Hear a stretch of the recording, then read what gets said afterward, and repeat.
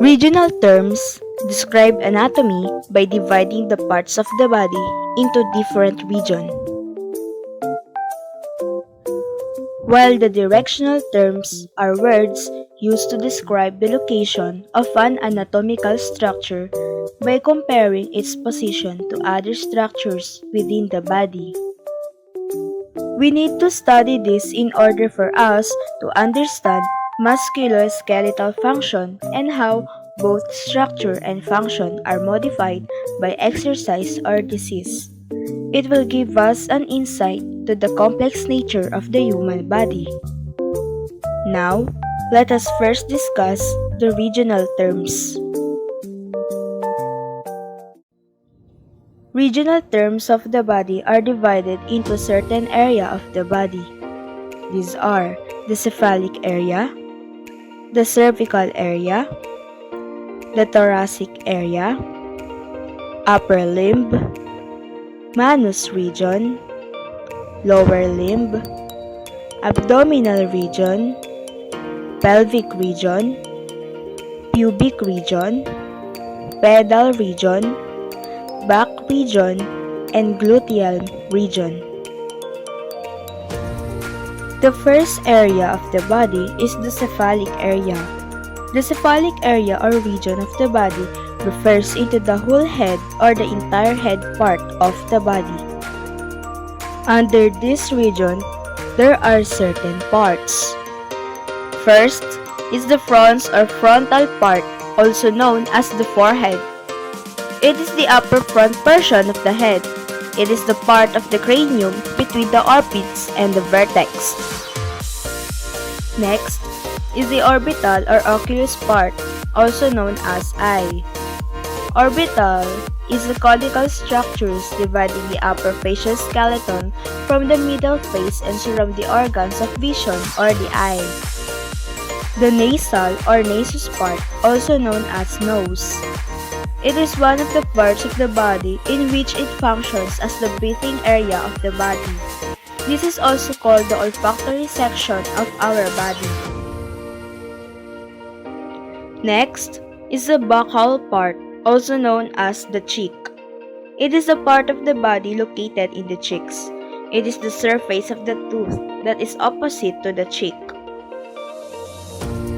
The mentis or mental, also known as the chin. It refers to the forward pointed part of the anterior mandible below the lower lip. It is the lower portion of the face, lying below the lower lip and including the prominence of the lower jaw. The cranial part of the body is our skull. The cranial is the bones of the head that covers the brain. The oris or oral is the mouth part.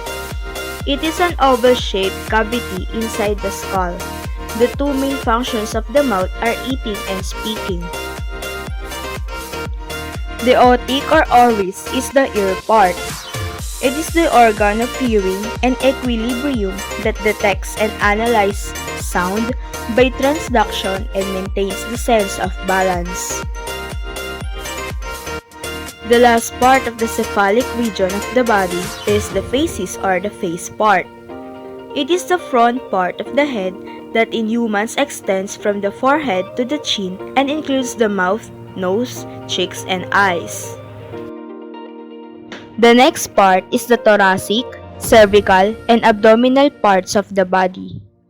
Thoracic vertebrae make up the middle portion of the spinal column and can be distinguished by their facets for articulation with the ribs, one on each side of the vertebral body and one on each transverse process.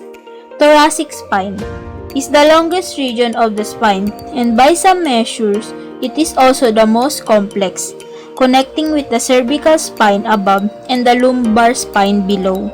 The thoracic spine runs from the base of the neck down to the abdomen. It is the only spinal region attached to the rib cage. Thoracic cavity, also called chest cavity, the second largest hollow space of the body. It is enclosed by the ribs, vertebral column, sternum or breastbone, and is separated from the abdominal cavity, the body's largest hollow space, by a muscular and membranous partition. Mammary gland is a gland located in the breast of females that is responsible for lactation or the production of milk. Both males and females have glandular tissue within the breast.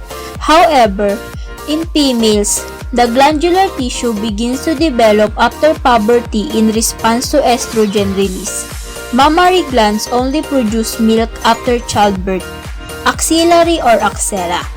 Axillary region, also known as the armpit, is a pyramid-shaped area located between the shoulder girdle and thorax. It serves as a space for neurovascular and lymphatic structures to travel through to reach the upper extremity from the neck. Sternal or sternum is a bone that's located in the middle of your chest. It's also sometimes referred to as the breastbone. Your sternum protects the organs of your torso from injury and also serves as a connection point for other bones and muscles. Cervical. The cervical spine or neck region consists of 7 bones, which are separated from one another by intervertebral discs. These discs allow the spine to move freely and act as the shock absorbers during activity. Splenius cervices is a paired back muscles found in the prevertebral space of the neck. Together with splenius capitis, it forms the superficial layer of the deep, intrinsic back muscle, thus covering the other deep back muscles in the cervical region of the back. Umbilical. The umbilical region contains the umbilicus or navel and many parts of the small intestine. Abdomen, commonly called the belly, is the body space between the thorax and pelvis. The diaphragm from the upper surface of the abdomen and the level of the pelvic bones, the abdomen ends and the pelvis begins. Upper limb, also known as the upper extremities or arm, is a functional unit of the upper body. It consists of 3 sections: the upper arm, forearm, and hand. It extends from the shoulder joint to the fingers and contains 30 bones. Brachium or brachial. Brachium is a Latin term that may refer to either the arm as a whole or the upper arm on its own. Brachial means pertaining to the arm. Brachial region encompassing the upper arm, the olecranial region encompassing the back of the elbow, the antebrachial region encompasses the forearm, front and back, and the manual or manus region encompassing the back of the hand. Antecubitus or antecubital refers to the front of the elbow where you get blood using a syringe. The antecubital area or antecubital fossa is the small triangular depression in the middle of the arm. It can be thought of as the pit of the elbow. Carpus or carpal. Your wrist is made up of 8 small bones called the carpal bones or the carpus. These join your hand to the 2 long bones in your forearm. Olecranal, posterior view, also known as olecranon, refers to the muscles in the forearm. The large process on the upper end of the ulna that projects behind the elbow joint and forms the point of the elbow. Acromial is a bony process on the scapula, or also known as shoulder blade, the outer end of the shoulder blade that forms the highest part of the shoulder. Manus. The manus, Latin for hand, is the zoological term for the distal portion of the forelimb of an animal. In tetrapods, It is the part of the pentadactyl limb that includes the metacarpals and digits. Pollex. Pollex is a thumb that short, thick first digit of the human hand of the lower primate hand and foot. Palma or palmar. Pertaining to the palm of the hand, the ancient Romans used the word palma for the outstretched palm of the hand. Digits or digitals. Digits in anatomy, finger or toe of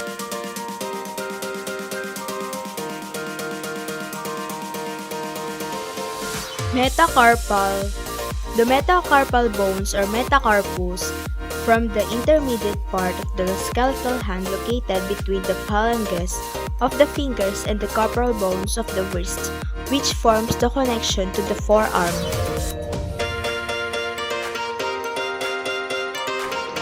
Pelvis, also called bony pelvis or pelvic girdle. In human anatomy, basin-shaped complex of bones that connects the trunk and the legs, supports and balances the trunk, and contains and supports the intestines, the urinary bladder, and the internal sex organs.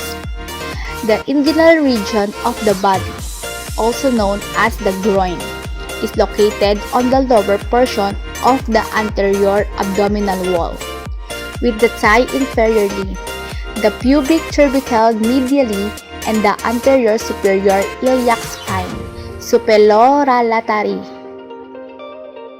The pelvis, plural pelvis or pelvises, is either the lower part of the trunk of the human body between the abdomen and the thigh, sometimes also called pelvic region of the trunk or the skeleton embedded in it, sometimes also called bony pelvis or pelvic skeleton. The pubis.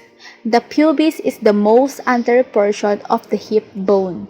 It consists of a body superior ramus and inferior ramus.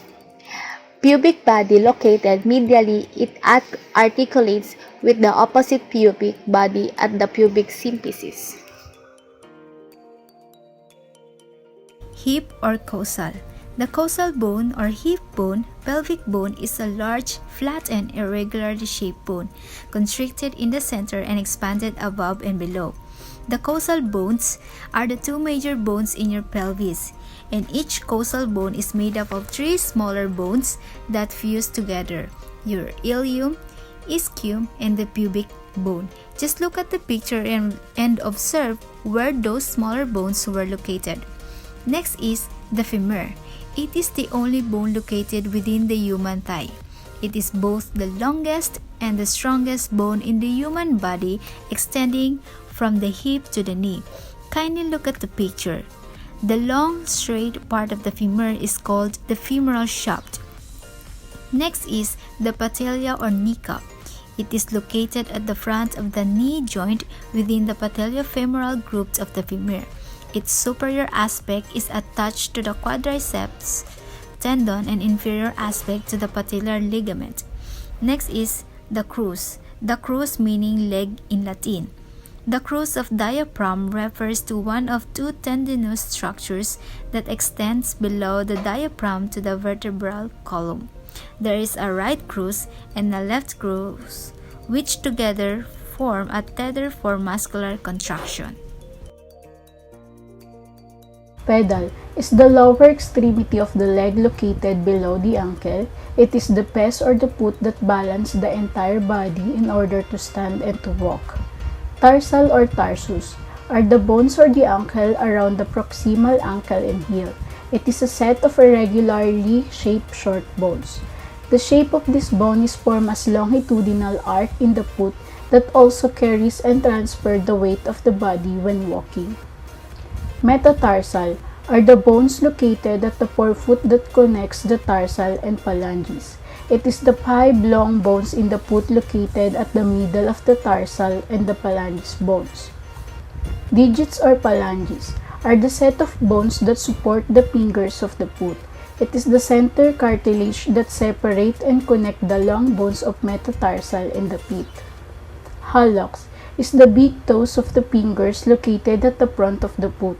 It provides additional support to the foot by putting more pressure to it when standing and walking. Calcaneus and calcaneal. It refers to the large bone that forms the foundation at the back of the foot, the bones that located in the heel. It helps the flexion of the knees and steadying the leg on the ankle during standing. Planta or plantar. It refers to the long thin tissue-like or ligament that located at the bottom of the foot. It helps the heel to connect and support the arc of the foot.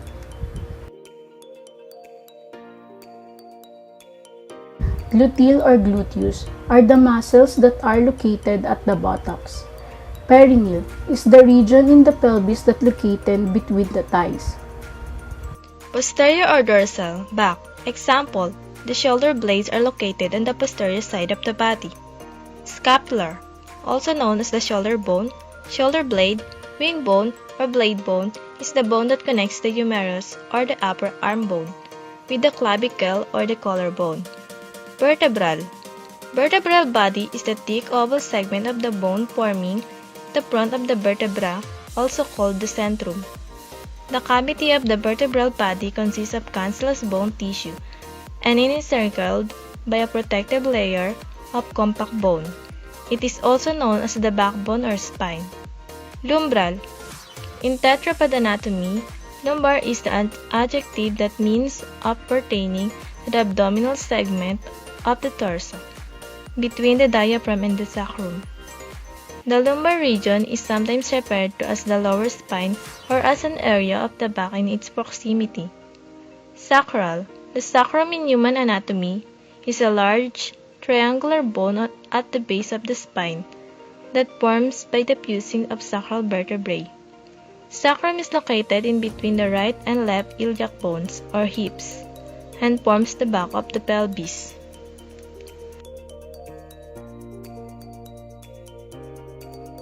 Anterior refers to the front of the human body when used to describe anatomy.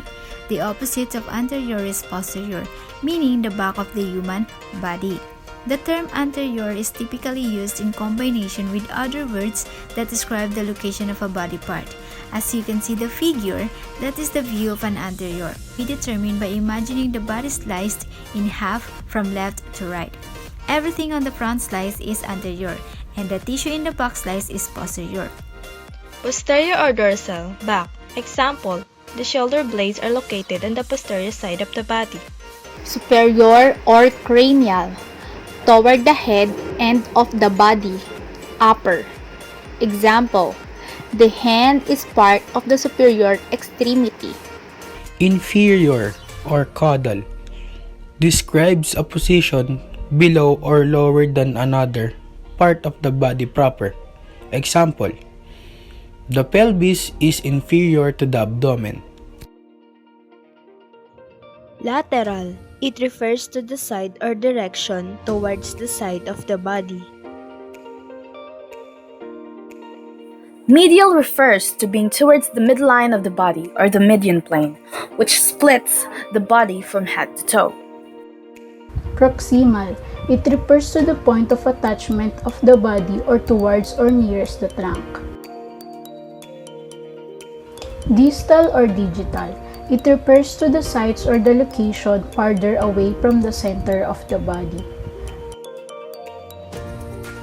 Superficial is a directional term that indicates one structure is located more externally than another, or closer to the surface of the body. The opposite of superficial is deep. Deep. Deep is a directional term that is away from the surface or further into the body, as opposed to superficial.